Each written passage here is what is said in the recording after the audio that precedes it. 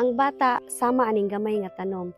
Kung imong atimanon og amumahon, maayo og lig-on ang pagtubo. Apan kung pasagdan, utubo nga huyang, dali nga madala sa bisan unsang hangin ug impluwensya sa kalibutan. Mao nga ang balaang kasulatan sa Proverbs 22:6 nagapahinumdom. Bansaya ang bata diha sa dalan nga iyang pagalaktan, ug bisan kung siya matigulang na, siya dili mobiya gikan ni ana. Kung imong tudloan ang usa ka bata nga mag-ampo, nga magbasa og Biblia, nga magrespeto sa ginikanan ug sa mga tawo sa iyang palibot, kana nga practices mahimong bahin sa iyang kinabuhi hangtod sa iyang pagkahamtong.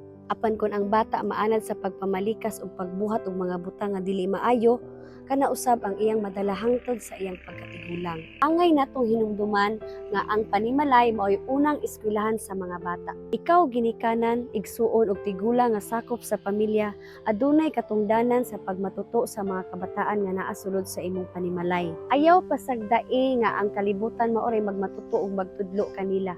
Ayaw pasagdae nga ang makita nila sa TV ug cellphone mao'y maghulma ug mag-umol sa ilang kinaiya.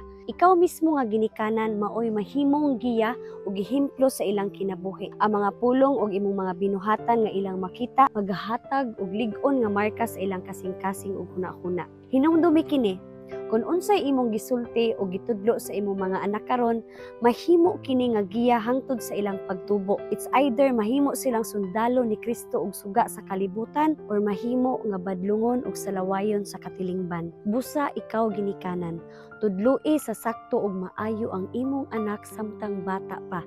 Bansaya sa pag-ampo, sa pagkamaayo, sa pagtahod, sa pagkamatinumanon, ug may kahadlok sa Ginoo.